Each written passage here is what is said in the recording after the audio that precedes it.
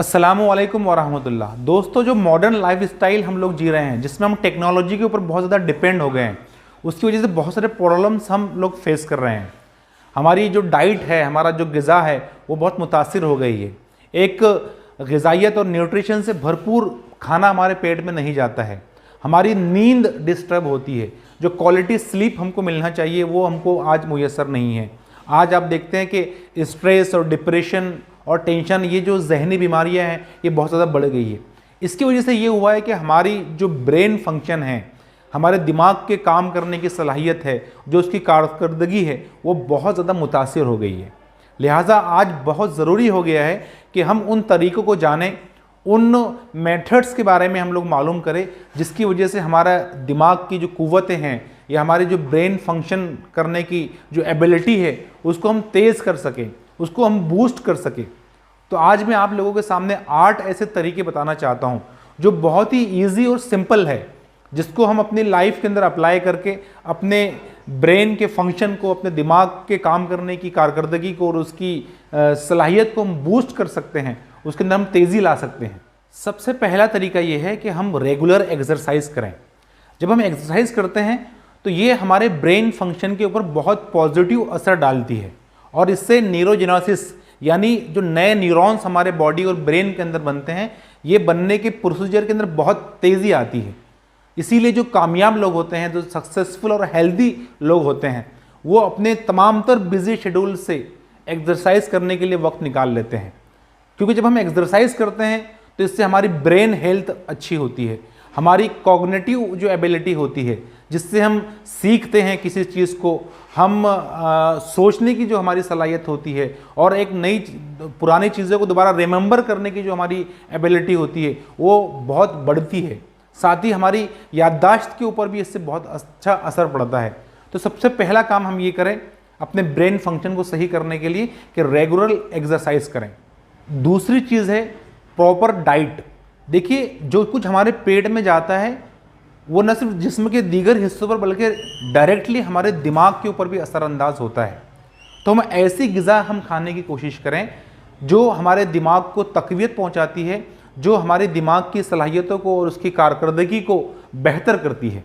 तो उसमें हम ये करें कि बादाम का इस्तेमाल करें, अखरोट का इस्तेमाल करें, ताज़े फल और ताज़ी सब्ज़ियाँ खाना हम शुरू करें। साथ ही साथ ऐसी ग़िज़ा, ऐसी डाइट जिसके अंदर ओमेगा 3 बहुत ज़्यादा पाया जाता है, मसलन मछली और दीगर चीज़ें, उनको अपनी डाइट के अंदर शामिल करें। उसके अलावा होल ग्रेन्स का हम इस्तेमाल करें, एंटीऑक्सीडेंट का हम इस्तेमाल करें। तो इस तरह की तमाम चीज़ें अगर हम खाएंगे तो ये हमारे दिमाग के ऊपर बहुत ज़्यादा पॉजिटिव ये इम्पैक्ट करेगी। लेकिन इसके अपोजिटली अगर हम जंक फूड खाते हैं, बहुत ज़्यादा मतलब कैलोरी से भरपूर चीज़ें खाते हैं, तो वो न सिर्फ हमारे बॉडी और हमारे मोटापे पर में इजाफा करेगी, बल्कि हमारे जो ब्रेन फंक्शन है, दिमाग के काम करने की जो सलाहियतें हैं, उसको भी ये मुतासिर करेगी। तीसरी चीज़ है एडिक्वेट स्लीप, यानी एक अच्छी नींद और भरपूर नींद हमारे दिमाग के ऊपर बहुत ज़्यादा असरअंदाज होती है। ऐसी नींद जिसके अंदर क्वालिटी हो, एक गहरी नींद। देखिए, एक एडल्ट इंसान के लिए 7 से 9 घंटे सोना इसके लिए बेइंतहा ज़रूरी होता है। और दूसरी एक बात ये भी ध्यान में रखें कि कभी कभी आवर्स से ज़्यादा, यानी क्वांटिटी से ज़्यादा क्वालिटी बहुत इंपॉर्टेंट रखती है हमारे नींद के अंदर। कितने सारे लोग हैं जो क्वांटिटी के एतबार से तो घंटों सोते हैं, लेकिन उनके नींद के अंदर क्वालिटी नहीं होती है, वो गहरी नींद नहीं सोते हैं। तो ऐसी नींद किसी किस्म के काम की नहीं होती है, उससे कोई फ़ायदे हमको हासिल नहीं होते हैं, बल्कि उल्टा उसके नुकसानात होते हैं।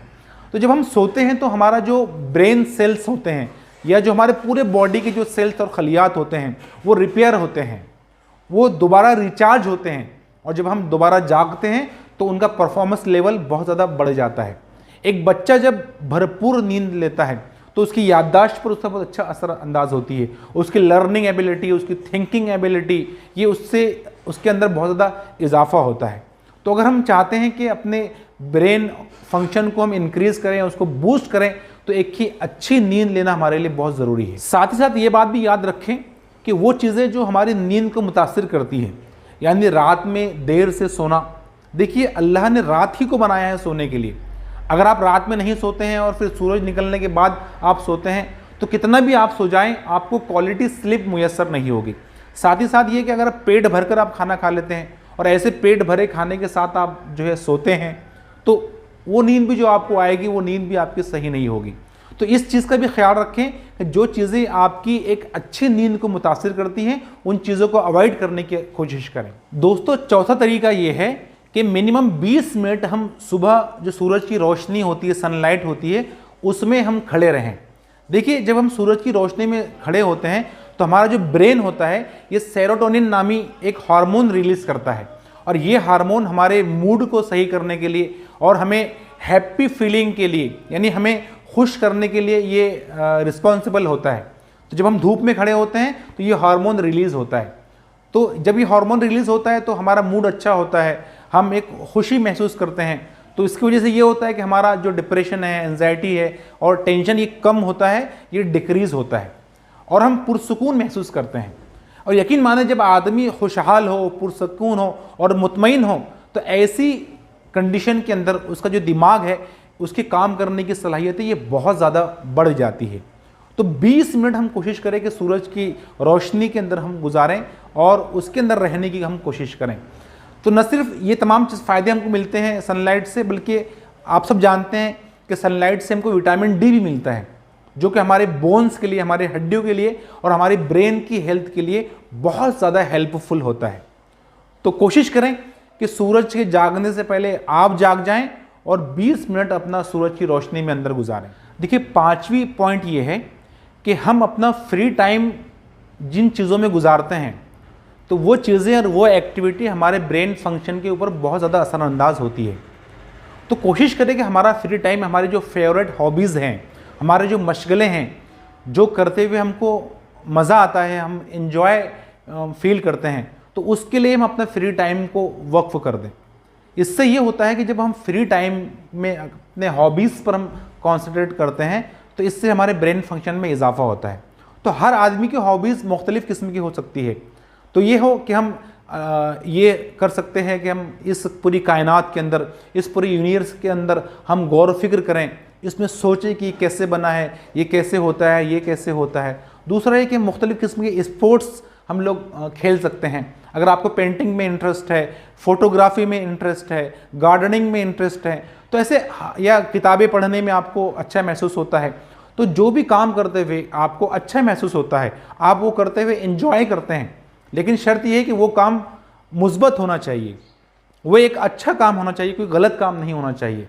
तो ऐसे काम करते हुए अगर हम अपना फ्री टाइम गुजारते हैं तो इससे हमारे दिमाग की सलाहियतें, इसके अंदर इजाफा होता है, ये बूस्ट होती है। इससे दूसरे फ़ायदे ये भी होते हैं कि इसके ज़रिए हमारा डिसीजन पावर बढ़ता है और साथ ही हमारी जो कॉग्निटिव हेल्थ है ये भी इंक्रीज़ होती है। छठा पॉइंट ये है कि हम अपने दिमागी कारकर्दगी को सही करने के लिए ज़्यादा से ज़्यादा पानी का इस्तेमाल करें। ये बहुत कम लोग जानते हैं कि स्टेइंग हाइड्रेटेड ये हमारे न सिर्फ ब्रेन के लिए बल्कि पूरे बॉडी ऑर्गन्स को सही करने के लिए, उसके फंक्शन को प्रॉपर और इंक्रीज़ करने के लिए ये बेइंतहा ज़रूरी होता है। तो इससे जब हम पानी का ज़्यादा इस्तेमाल करते हैं तो ये हमारी इलेक्ट्रोकेमिकल एक्टिविटी को इन्हांस करता है, और जब इलेक्ट्रोकेमिकल एक्टिविटी इन्हांस होती है तो फिर हमारा ब्रेन फंक्शन भी उसके ज़रिए बूस्ट होता है। तो ज़्यादा से ज़्यादा पानी हम पिए, और न सिर्फ पानी का इस्तेमाल हम करें बल्कि वो चीज़ें, वो सब्जियां या वो फ्रूट्स जिसके अंदर बहुत ज़्यादा पानी होता है, मसलन ककड़ी है, टमाटर है, तरबूज है, पालक की भाजी है, या इस तरह की और भी चीज़ें जिसके अंदर बहुत ज़्यादा पानी होता है, तो इन चीज़ों का इस्तेमाल करके हम अपने जिस्म के अंदर वाटर लेवल को इंक्रीज़ कर सकते हैं। सातवां पॉइंट है गेम्स, और स्पेशली माइंड गेम्स। जो गेम्स जिसके अंदर हमारे दिमाग का हम इस्तेमाल करते हैं, ये एक्सेलेंट वे में हमारे ब्रेन फंक्शन को बूस्ट करने में अपना रोल प्ले करते हैं। मुख्तलिफ़ किस्म के माइंड गेम्स, मतलब सुडोकू हो गया, क्रॉसवर्ड हो गया, फिर मुख्तलिफ़ किस्म के पजल्स हैं, या एप्टीट्यूड के अलग अलग किस्म के सवालात हैं।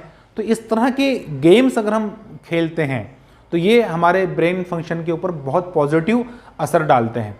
इससे हमारे कॉग्निटिव फंक्शन, लॉजिक, हमारा कंसंट्रेशन और हमारी मेमोरी के अंदर बेइंतहा इजाफा होता है। आठवां पॉइंट ये है कि देखिए, इंसान एक सोशल एनिमल है, समाजी जानवर है। तो हम समाज में रहते हैं तो मुख्तलिफ़ किस्म के लोगों के साथ हमारे जो रिलेशंस हैं, हमारे जो ताल्लुकात है, ये बहुत ही खुशगवार होना चाहिए।